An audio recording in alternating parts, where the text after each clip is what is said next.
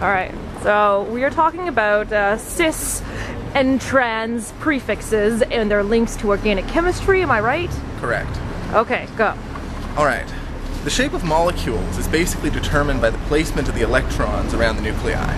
So if you look at something like water, where you have the oxygen and the hydrogens, it's in a tetrahedral configuration because there's the oxygen and the hydrogens are occupying a couple of slots, and two of the other slots are occupied by electrons. And those electrons are repelling the hydrogens, which is what makes it take on the particular tetrahedral shape that it has. And the same is true for more complex organic molecules. Now you can imagine if there's this big piece of the molecule over here, and a piece of the molecule over here, if there's a single bond between them, and there are bits at the edges that repel each other, the bond will just rotate until it's in a stable configuration. The things that are repelling each other are as far apart as they can be. But if there's a double bond, then they can't rotate freely.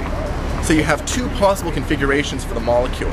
These are called chiral antimers, and one is referred to as the cis antimer, and the other is referred to as the trans antimer. So this might be cis, and this might be trans. It's particularly important in organic chemistry because often chemical processes will produce the two antimers in equal amounts, but they have very different biological effects. A good example is the drug thalidomide, which was a treatment for morning sickness, and one of the chiral antimers did that.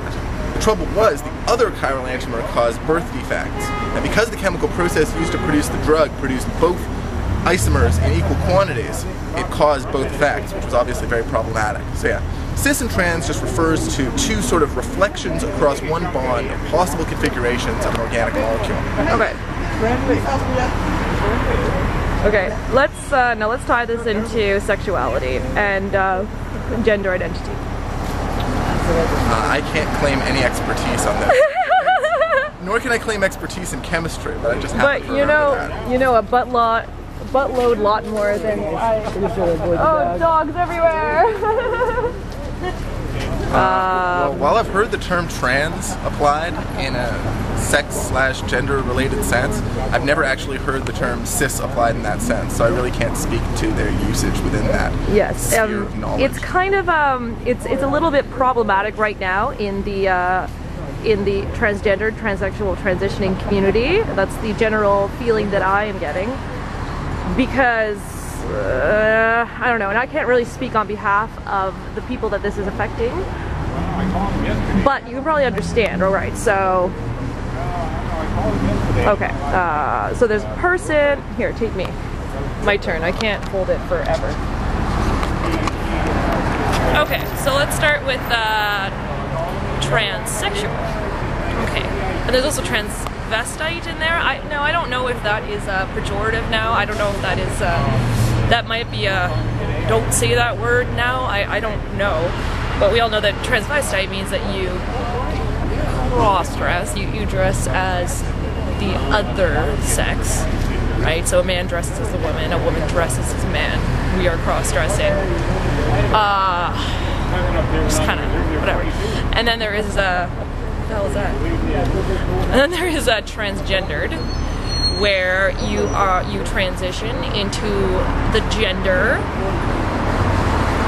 that you were not assigned at birth, the sex you were not assigned at birth. So we are assigned female, male at birth, and some people are assigned both, the intersex, right? So all three can transition into a gender, right?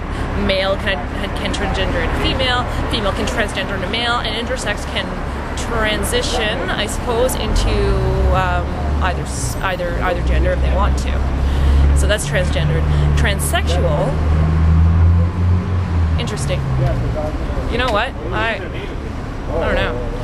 I think I know. I think transsexual is when you actually start to take you know, the chemical components. So say a female transitioning to male will take testosterone.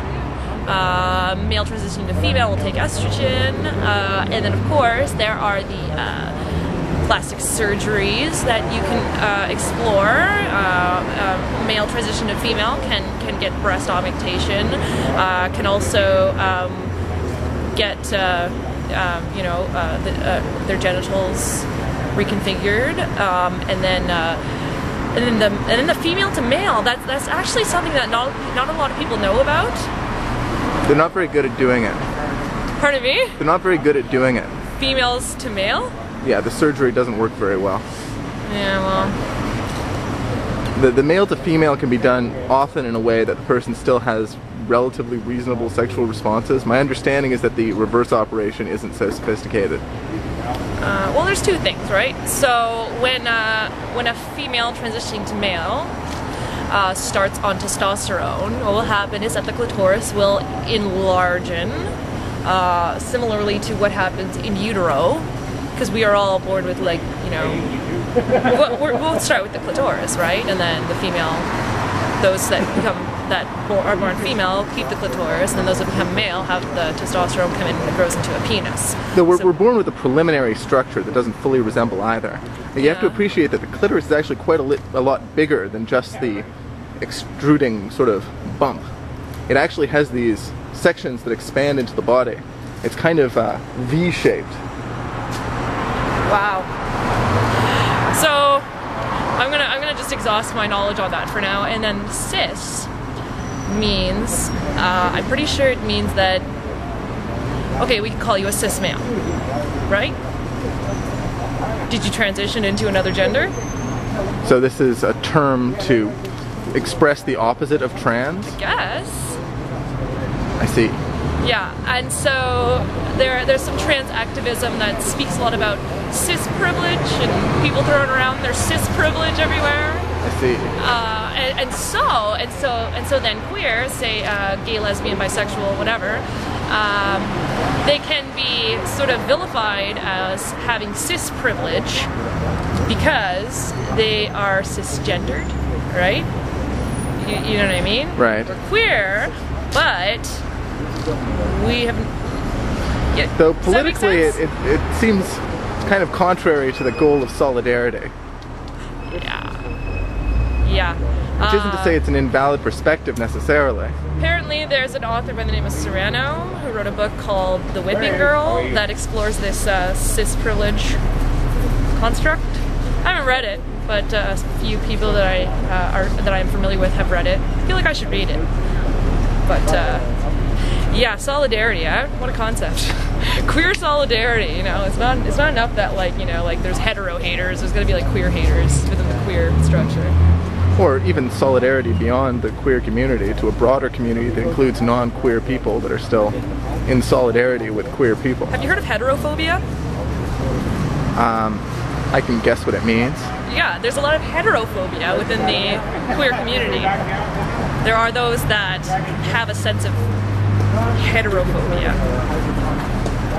Well, when you begin to define yourself in terms of something, it can be easy to sort of have a feeling of hostility towards people who don't have that self-definition.